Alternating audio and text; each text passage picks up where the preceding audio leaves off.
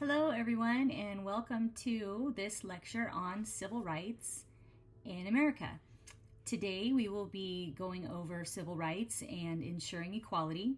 We'll also explore what civil rights are, how they've evolved in the U.S. history, and the key legal cases and legislation that have shaped civil rights protections. So, let's get started. So first, what are civil rights? Well, civil rights are the protections and privileges guaranteed by the government to prevent discrimination and ensure that all citizens are treated equally under the law. One of the most important legal foundations for civil rights in the U.S. is the Equal Protection Clause of the 14th Amendment. But more on that later. Following the Civil War, the United States entered the Reconstruction era from 1865 to 1877. This period was focused on reintegrating the Southern states into the Union and determining how to handle the newly freed African Americans. The federal government made some progress through the passage of the 13th, 14th, and 15th Amendments, which abolished slavery, granted citizenship and equal protection under the law, and ensured voting rights for black men, respectively. Despite these advances, the promise of Reconstruction were short-lived. White supremacist groups like the Ku Klux Klan rose in power, and Southern states quickly enacted laws to limit the rights of black citizens. The federal government withdrew troops from the South in 1877, effectively ending Reconstruction and allowing the South to implement a system of racial segregation known as Jim Crow. Jim Crow laws were a collection of state and local statutes that enforced racial segregation in the southern United States. These laws created separate public facilities for black and white people, such as schools, restrooms, and transportation, all under the guise of providing separate but equal conditions. However, in reality, the facilities and services available to African Americans were almost always inferior. The Supreme Court's ruling in Plessy v. Ferguson in 1896 cemented this system of segregation by upholding the separate but equal doctrine, which allowed racial segregation to continue for more than 50 years. Jim Crow laws severely restricted the freedoms and rights of African Americans, from voting restrictions such as literacy tests and poll taxes to systemic disenfranchisement, economic hardship, and violence, all designed to maintain white supremacy. But more on this later. The Jim Crow era wasn't fully dismantled until the mid-20th century, during the Civil Rights Movement, with the passage of landmark legislation like the Civil Rights Act of 1964 and the Voting Rights Act of 1965. While legal segregation has ended, the legacy of Jim Crow still affects racial inequalities today, highlighting the lasting impact of this dark chapter in American history. Before we dive into the details of Plessy versus Ferguson, let's take a moment to reflect on Homer Plessy, the man behind the case. The image on the screen shows his tomb. Plessy was a shoemaker from New Orleans and a member of the Creole community, which was known for its activism in fighting racial injustice. In 1892, at the age of 30, he made the bold decision to challenge Louisiana's segregation laws by purchasing a first-class train ticket and sitting in a whites-only car. Plessy versus Ferguson was a pivotal Supreme Court case decided in 1896. It established the separate but equal doctrine, which legally allowed racial segregation. Homer Plessy, a man of mixed race, challenged Louisiana's segregation law after he was arrested for sitting in a whites-only train car. The Supreme Court's ruling upheld the state's right to enforce segregation. One of the most notable lines from the court's opinion was, "Laws permitting and even requiring racial separation do not necessarily imply the inferiority of either race to the other." In essence, the court argued that segregation alone did not violate the Constitution as long as separate facilities for black and white citizens were equal. However, we know that in practice, these facilities were far from equal. This ruling legitimized the Jim Crow system, allowing segregation and racial discrimination to thrive for over half a century. It wasn't until Brown versus Board of Education in 1954 that this separate but equal doctrine was finally overturned. Homer Plessy's quiet act of defiance led to his arrest and set the stage for a Supreme Court case that would have far-reaching consequences. While Plessy's case was a legal defeat, his courageous actions made him an early figure in the fight for civil rights. Between Plessy versus Ferguson in 1896 and Brown versus Board of Education in 1954, the U.S. experienced several key developments that shaped the civil rights landscape. The Plessy decision solidified the rise of Jim Crow laws across the South, enforcing segregation in schools, transportation, and public spaces. During this time, Black Americans faced widespread disenfranchisement with tactics like poll taxes and literacy tests designed to prevent them from voting. The early 20th century also saw the beginning of the Great Migration, where millions of African Americans left the segregated South for northern cities, seeking better economic opportunities and freedom from racial oppression. In 1909, the NAACP, or the National Association for the Advancement of Colored People, was formed to challenge segregation and fight for civil rights through the courts.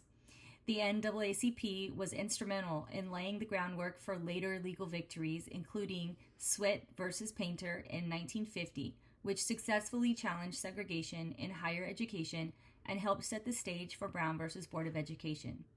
These events were crucial in the long road leading to the eventual dismantling of legal segregation in the United States.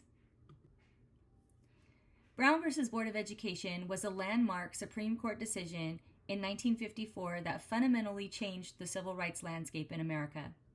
The court overturned Plessy v. Ferguson and its separate but equal doctrine, ruling that segregation in public schools was unconstitutional.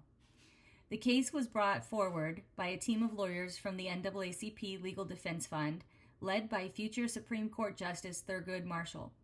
They argued that segregation was inherently unequal and violated the Equal Protection Clause of the 14th Amendment. A key piece of evidence in the case was the famous doll test conducted by psychologist Kenneth and Mamie Clark, which demonstrated the harmful psychological effects of segregation on Black children. The court agreed, stating that separate educational facilities are inherently unequal, thus mandating desegregation. Although this ruling was a major victory for civil rights, it didn't lead to immediate change. Southern states resisted the ruling, leading to further legal battles and protests, but Brown paved the way for civil rights movement and the eventual desegregation of American society. Leading up to the tragic murder of Emmett Till in 1955, the South was rife with racial tension. Despite the Supreme Court's decision in Brown versus Board of Education, segregation remained deeply entrenched in Southern society through Jim Crow laws that enforced separate but equal policies across the public spaces, schools, and facilities. Violence against Black Americans was common, with lynchings and other acts of terror committed by white supremacist groups like the Ku Klux Klan. The South was also marked by severe economic oppression. Most Black people were trapped in sharecropping or low-wage jobs with little opportunity for advancement. Any attempts by Black Americans to challenge this status quo were met with violent resistance. Despite growing activism by civil rights groups like the NAACP, which sought to challenge these injustices through the courts, the region remained hostile to desegregation and civil rights. This backdrop of fear, violence, and resistance set the stage for the murder of Emmett Till, a 14-year-old boy from Chicago who was brutally lynched from allegedly offending a white woman. Till's murder became a catalyst for the civil rights movement, as his mother's decision to have an open casket funeral exposed the brutality of racial violence to the world. In 1955, 14-year-old Emmett Till, a Black boy from Chicago, traveled to Mississippi to visit his family.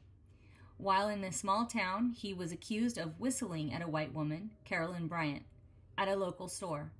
Just days later, Till was kidnapped by Bryant's husband and his half-brother, brutally beaten and lynched. His body was dumped in a river, severely mutilated. The response of Emmett Till's mother, Mamie Till, became one of the most defining moments in the civil rights movement. She chose to have an open casket funeral, allowing the world to see the horrific violence inflicted on her son. Photographs of his disfigured body were published in major newspapers, sparking outrage and shining a spotlight on the brutal realities of racial violence in the South. Though the men who murdered Till were acquitted by an all-white jury, his death became a rallying point for the civil rights movement. Till's murder illustrated the lethal consequences of the racial hatred that was rampant in the South, and it spurred many, including future leaders like Rosa Parks and Martin Luther King Jr., to take a stand against racial segregation and injustice. Shortly after Emmett Till's murder, the civil rights movement gained further momentum with the Montgomery Bus Boycott in 1955.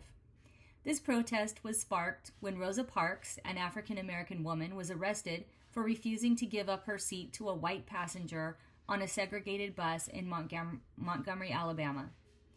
In response, local civil rights leaders, including Martin Luther King Jr., organized a boycott of the city's bus system, which lasted over a year. The Black community refused to use the buses, organizing carpools and walking long distances to work in protest of the segregated system. The boycott gained national attention and eventually led to a major legal victory. In 1956, the Supreme Court ruled that segregation on public buses was unconstitutional, marking a significant step forward in the fight for civil rights. This event not only desegregated Montgomery's buses, but also catapulted Martin Luther King Jr. into the national spotlight as a prominent leader of the civil rights movement.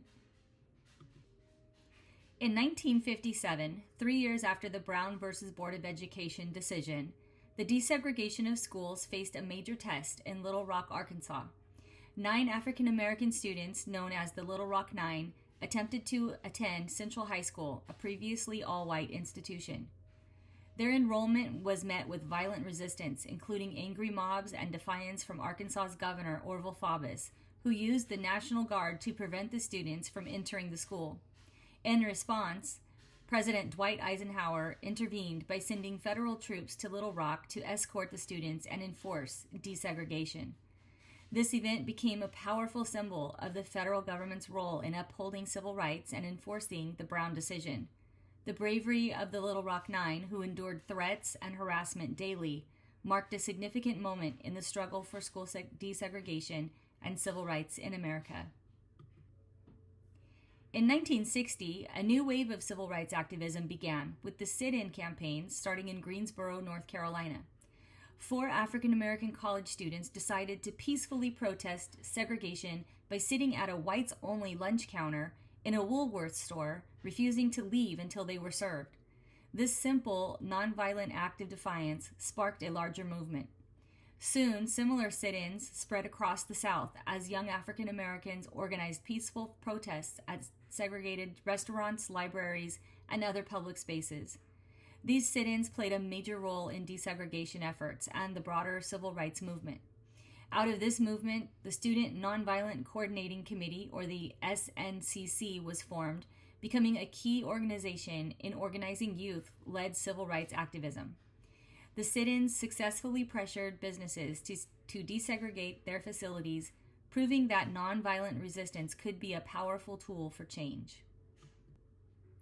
In 1961, the Freedom Rides became one of the most courageous and dangerous forms of civil rights activism.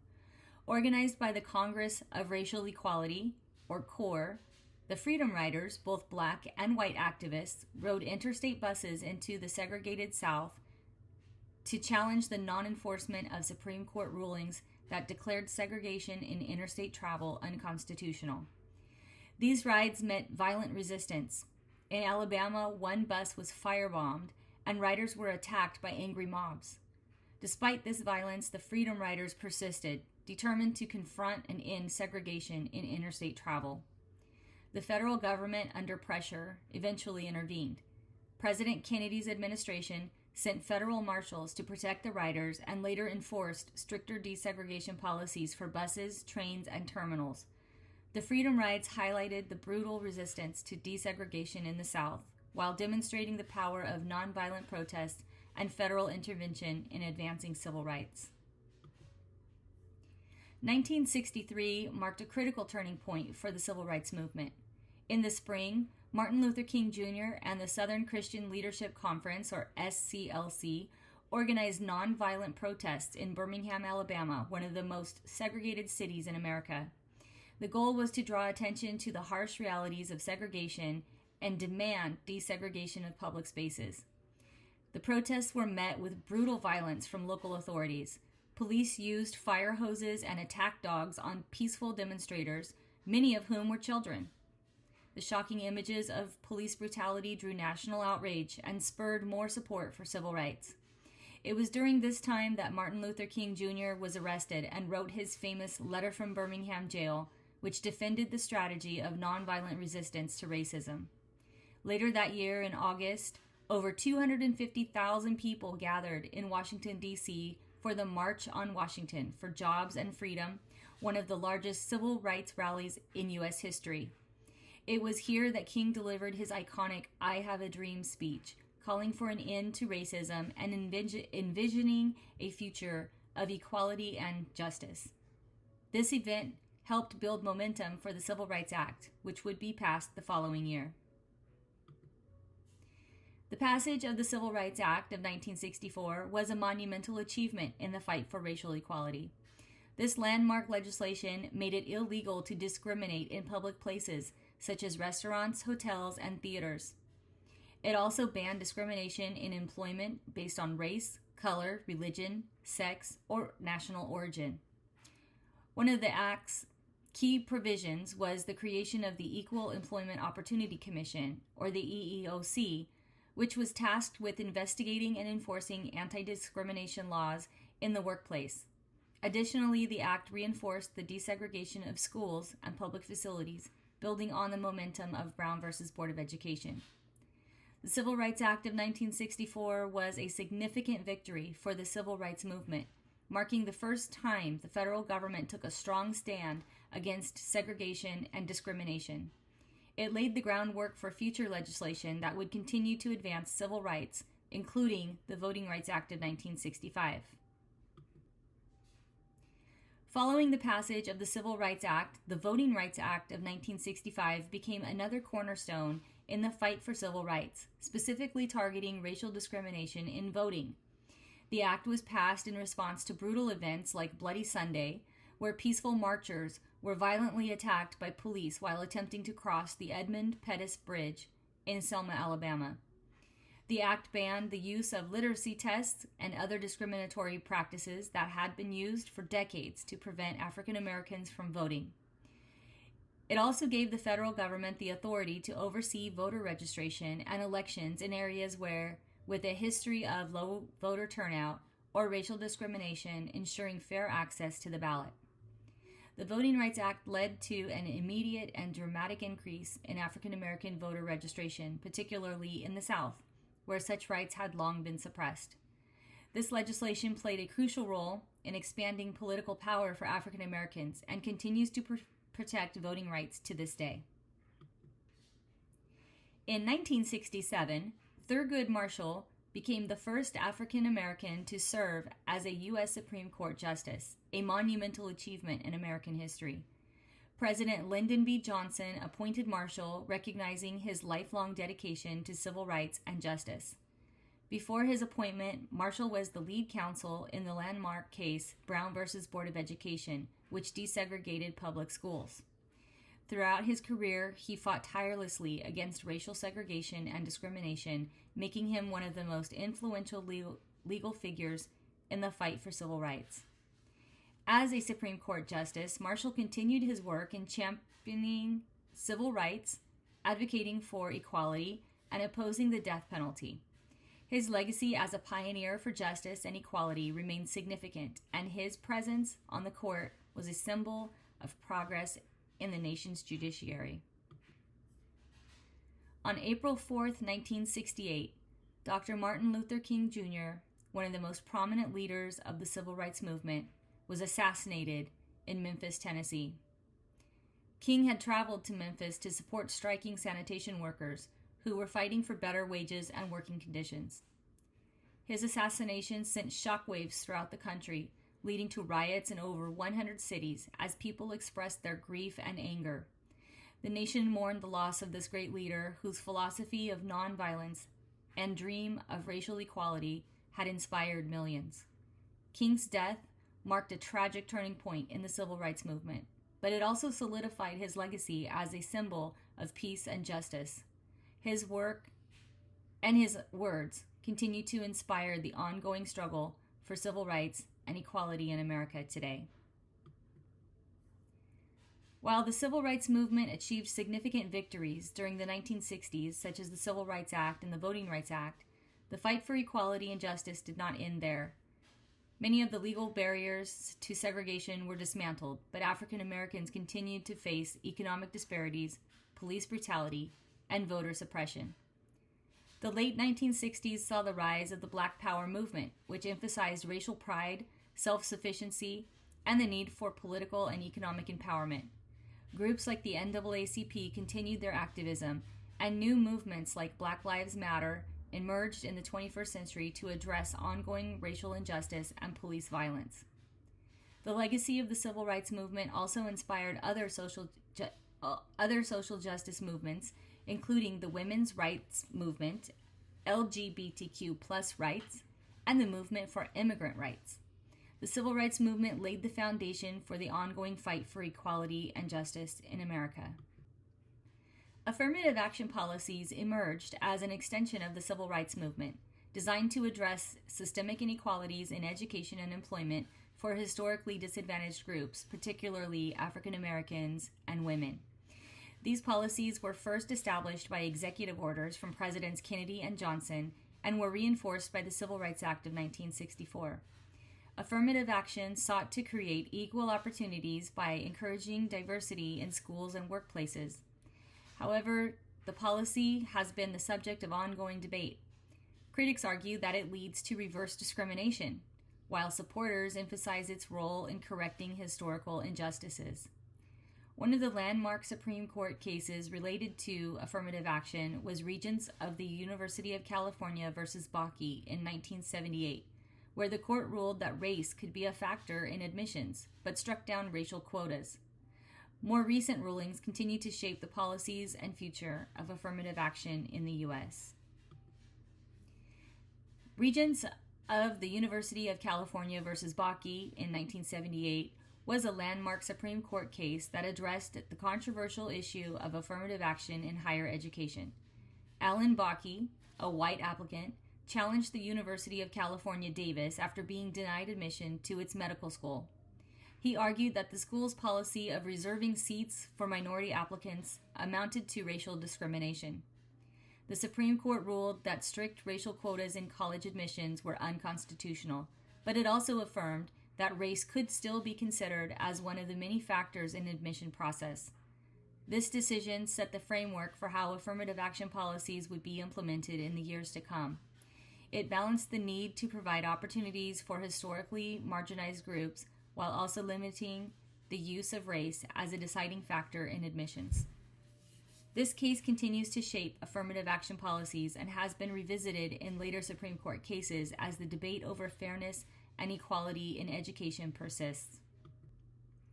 The legacy of the civil rights movement has continued to inspire modern social justice movements in the United States and around the world. The fight for racial equality laid the foundation for other movements such as women's rights, LGBTQ+ rights, and immigrant rights. Many of these movements have adopted similar tactics from the civil rights era, including peaceful protests, civil disobedience, and legal challenges. In the 21st century, the Black Lives Matter movement, which emerged in 2013, continues the fight against racial injustice and police brutality. Black Lives Matter builds on the same principles of equality and human dignity that drove the civil rights movement. The concept of intersectionality, which recognizes the overlapping and interconnected nature of various forms of discrimination such as race, gender, and sexuality, have become central to the modern social justice efforts. Additionally, the influence of the civil rights movement has reached beyond the United States, inspiring human rights struggles around the globe. In conclusion, the civil rights movement remains one of the most important chapters in American history. It was instrumental in ending legal segregation and advancing the cause of racial equality. Key pieces of legislation like the Civil Rights Act, the Voting Rights Act, and affirmative action policies laid the foundation for greater equality in education, voting, and employment. However, the struggle for civil rights did not end with these victories. Issues like economic equality, racial justice, and voting rights remains challenges today. The legacy of the movement continues to inspire modern social justice efforts, including movements like Black Lives Matter and the ongoing fight for equality for marginalized groups. The fight for civil rights and equality is not over, and it's important to recognize the progress made while understanding that the movement's goals are still relevant in the 21st century.